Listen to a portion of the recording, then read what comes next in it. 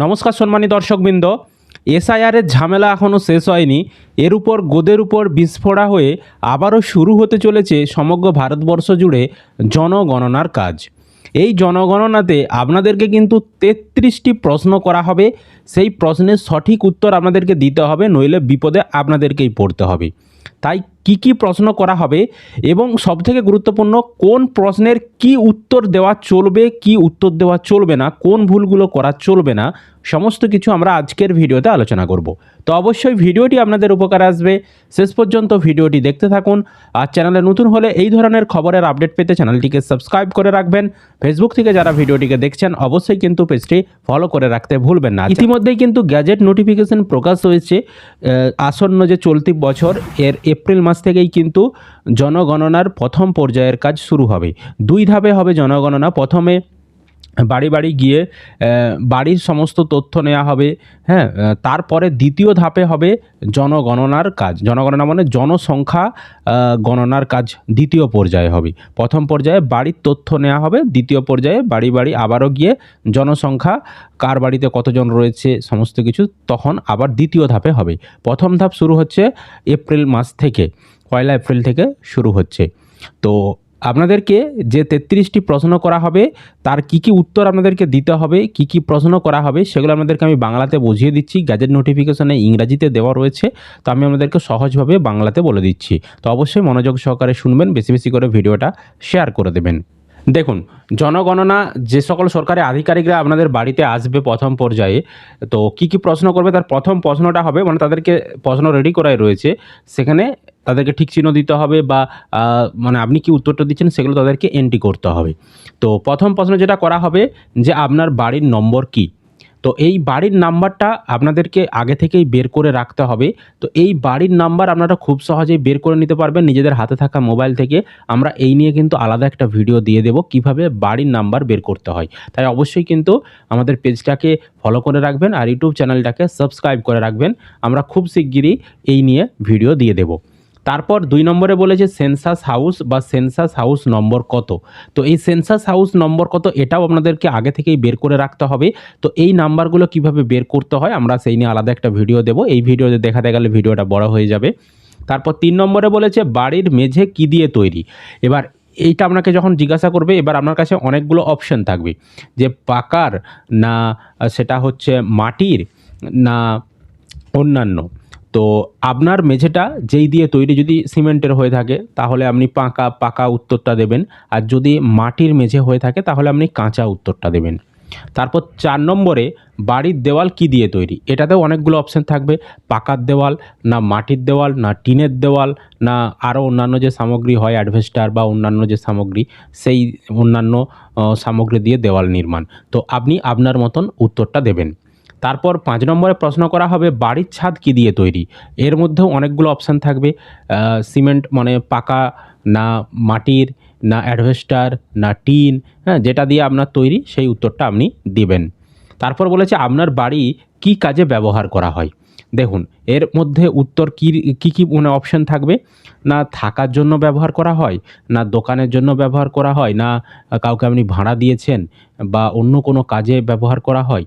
তো আপনার বাড়িটা কি কাজে ব্যবহার করা হয় আপনি তার সঠিক উত্তরটা দেবেন। তারপর 7 নম্বরে বাড়ির বর্তমান অবস্থা কেমন। তো বাড়ির বর্তমান অবস্থা যদি ভেঙে গিয়ে থাকে, জরাজীর্ণ হয়ে থাকে, সেরকম আপনি উত্তর দেবেন। আর যদি বাড়ির অবস্থা ভালো থেকে থাকে তাহলে ভালোই উত্তর দেবেন। তারপর পরিবার নম্বর কত। 8 নম্বরে বলেছে পরিবারের নম্বর কত। এই পরিবার নম্বর এই নাম্বারটাও কিভাবে বের করতে হয় সেই নিয়েও আমরা ভিডিও দেব। তো অবশ্যই পরবর্তী ভিডিওর আপডেটগুলো পেতে আপনারা চ্যানেলটাকে সাবস্ক্রাইব, পেজটাকে ফলো করে রাখবেন অবশ্যই। আর 9 নম্বরে বলেছে আপনার পরিবারে মোট কতজন সদস্য আছে। তো আপনার পরিবারে মোট কতজন সদস্য আছে সেটা নিশ্চয়ই আপনি জানেন, 4 জন না 5 জন না যে যতজনই হোক সেটা আপনি উত্তর তাদেরকে দিয়ে দেবেন। তারপর 10 নম্বরে বলেছে পরিবারে কর্তার নাম কি। কর্তা মানে হচ্ছে আপনার পরিবারে যিনি হেড অফ দ্য ফ্যামিলি। তো হেড অফ দ্য ফ্যামিলি মূলত দেখবেন রেশন কার্ডে একজন হেড অফ দ্য ফ্যামিলি, মানে সরকারিভাবে তিনি কিন্তু হেড অফ দ্য ফ্যামিলি। অনেকের ক্ষেত্রে কি বলুন তো হেড অফ দ্য ফ্যামিলি পুরুষ, কিন্তু বাড়ির সমস্ত সিদ্ধান্ত নেন মহিলারা। তা বলে আপনি সেখানে হেড অফ দ্য ফ্যামিলি মহিলার নাম বলবেন না, ঠিক আছে। পুরুষ রয়েছে, পুরুষ head of the family, ration কার্ডে হেড অফ দ্য ফ্যামিলি পুরুষের নাম রয়েছে, তাই অবশ্যই পুরুষের নামটাই আপনি হেড অফ দ্য ফ্যামিলি হিসাবে বলবেন। ঠিক আছে, যে সংসার চালাক, যেই চালাক বা যার সিদ্ধান্তই গ্রহণ হোক না কেন সংসারে, head of the family ration কার্ডে দেখবেন পুরুষরাই থাকে, বা যেটা রয়েছে আপনার সরকারিভাবে সেই উত্তরটাই আপনি দেবেন। তারপর বলেছে যে পরিবারের কর্তার লিঙ্গ কী? তো 11 নম্বর প্রশ্ন। তো পরিবারের কর্তার লিঙ্গ মানে হচ্ছে যিনি পরিবারের হেড অফ দ্য ফ্যামিলি তিনি পুরুষ না তিনি মহিলা, সেই উত্তরটা আপনাকে দিতে হবে। তারপর 12 নম্বরে বলেছে পরিবারের কর্তা কি এসসি, এসটি, ওবিসি নাকি অন্যান্য। 12 নম্বরে অর্থাৎ যিনি কর্তা হেড অফ দ্য ফ্যামিলি তিনি কোন কাস্টের, জেনারেল কাস্ট না ওবিসি না এসটি না এসসি, যেই কাস্টের হবেন, যেই সম্প্রদায়ের হবেন সেই কাস্টের নামটা বলতে হবে। তারপর 13 নম্বরে বলেছে আপনি যে বাড়িতে রয়েছেন সেটি কি নিজের না ভাড়া নেওয়া বাড়ি। যদি আপনার নিজের বাড়ি হয়ে থাকে তাহলে আপনি নিজেই যদি মালিক হন নিজের বাড়ি, আর যদি ভাড়া নেওয়া বাড়ি হয় অন্যের বাড়ি, আপনি সেখানে মাসে মাসের ভাড়া দিয়ে বা মাসে মাসে টাকা দিয়ে রেন্টে রয়েছেন, ভাড়া নিয়ে রয়েছেন, তাহলে ভাড়া নেওয়া বাড়ি বলবেন। তারপর 14 নম্বরে আপনার পরিবারে মোট কতটি বসবাসযোগ্য ঘর আছে, মানে কয়টি বসবাসযোগ্য ঘর আছে, মানে বাস করার জন্য, মানে থাকার জন্য কতগুলি ঘর রয়েছে সেই ঘরের সংখ্যাটা আপনাকে বলতে হবে। তারপর 15 নম্বরে বলেছে আপনার পরিবারে কতজন বিবাহিত দম্পতি আছেন, মানে কতজনের বিবাহ হয়েছে দম্পতি, তো সেই সংখ্যাটা বলতে হবে, 2 জন না 3 জন না 1 জন সেটা বলতে হবে। 16 নম্বরে বাড়িতে খাবার জলের প্রধান উৎস কী?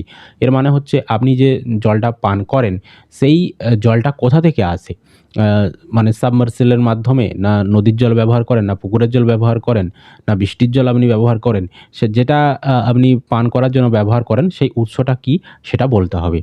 তারপর 17 নম্বরের প্রশ্ন হচ্ছে খাবার জল কিভাবে আসে, পাইপলাইনের মাধ্যমে, সজলধারার মাধ্যমে আপনি জলটা পান, বা আপনার নলকূপ রয়েছে সেখানে আপনি নিজস্ব নলকূপ থেকে আপনি খাবার জলটা নিচ্ছেন, বা কুয়া রয়েছে সেখান থেকে নিচ্ছেন, তো আপনি যেখান থেকে খাবার জলটা নিচ্ছেন সেটা বলতে হবে, কিভাবে আসছে আর কি জলটা সেটা বলতে হবে।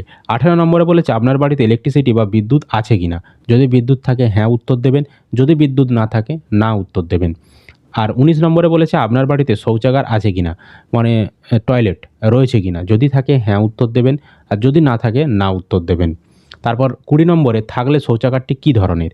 যদি আপনার শৌচাগার থেকে থাকে, মানে টয়লেট থেকে থাকে, সেটা কী ধরনের জানতে চাওয়া হয়েছে, মানে ওয়েস্টার্ন টয়লেট হয়ে থাকে বা ইন্ডিয়ান টয়লেট হয়ে থাকে, বা অনেকের ক্ষেত্রে টয়লেট ধরুন যদি এরকমও প্রশ্ন করতে পারে যে টয়লেটটা কী ধরনের, মানে কাঁচা টয়লেট না পাকা টয়লেট, মানে যে ঘরটা টয়লেটের ঘরটা সেটা অনেক দেখবেন অস্থায়ী টিন দিয়ে করা হয়ে থাকে অনেক সময়, আবার অনেক সময় মানে পাকার দেওয়াল দিয়ে করা হয়ে থাকে, তো সেটা আপনাকে উত্তর দিতে হবে শৌচাগারটি কী ধরনের। তারপর 21 নম্বরে নোংরা জল বেরোনোর জন্য নিকাশি ব্যবস্থা আছে কি না আপনার। আপনার বাড়িতে যে নোংরা জলগুলো বের হয় বিভিন্ন ব্যবহারের ফলে সাধারণ জীবনযাপনের সময়, তো সেই জলটা বের হওয়ার কোনো নিকাশি নালা রয়েছে কিনা সেটা উত্তর দেবেন। 22 নম্বরে স্নান করার জন্য আলাদা জায়গা আছে কিনা, মানে স্নান করার জন্য আলাদা জায়গা আপনার রয়েছে কিনা। যদি বাথরুমে আলাদা জায়গা থেকে থাকে তাহলে আপনি উত্তর দেবেন হ্যাঁ রয়েছে, আর যদি না থাকে না উত্তর দেবেন। 23 নম্বরে রান্নাঘরে এলপিজি বা পিএনজি গ্যাস সংযোগ আছে কিনা। যদি আপনার গ্যাস সংযোগ থেকে থাকে হ্যাঁ উত্তর দেবেন, না থাকলে না উত্তর দেবেন। 24 নম্বরে খাবার রান্না করতে প্রধানত কী জ্বালানি ব্যবহার করা হয়। কী জ্বালানি ব্যবহার করা হয় খাবার রান্না করতে সেটা উত্তর দেবেন।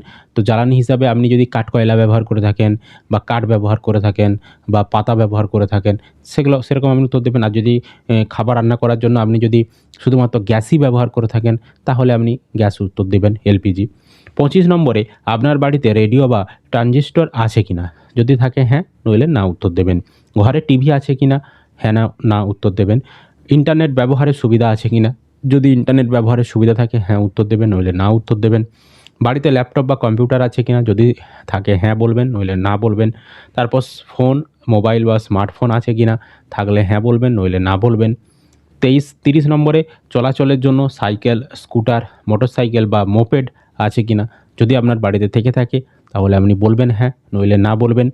31 নম্বরে গাড়ি, জিপ বা 4 চাকা বিশিষ্ট যানবাহন আছে কিনা। যদি থেকে থাকে তাহলে আপনি বলবেন হ্যাঁ, নইলে না বলবেন। 32 নম্বরে আপনার পরিবারে প্রধানত কোন শস্য খাবার হিসাবে খাওয়া হয়। তো খাবার হিসাবে আপনি কোন শস্যটা খান সেটা আপনি উল্লেখ করবেন। এখানে প্রধানত কোন শস্য খাবার হিসেবে খাওয়া হয়, ধান না গম, হ্যাঁ? না আপনি কিটা ব্যবহার করেন খাবার জন্য, চাল, সেটা আপনি উল্লেখ করবেন। তারপর 33 নম্বরে জনগণনা সংক্রান্ত যোগাযোগের জন্য একটি মোবাইল নম্বর কী? মানে আপনাকে একটা মোবাইল নাম্বার জানতে চাইবে, আপনার পরিবারের একটা মোবাইল নাম্বার আপনি দিয়ে দেবেন। ঠিক আছে? তো এই 33টি প্রশ্ন হাউস লিফটিং মানে ১ম পর্যায়ে জনগণনার সময় ব্যবহার করা হবে।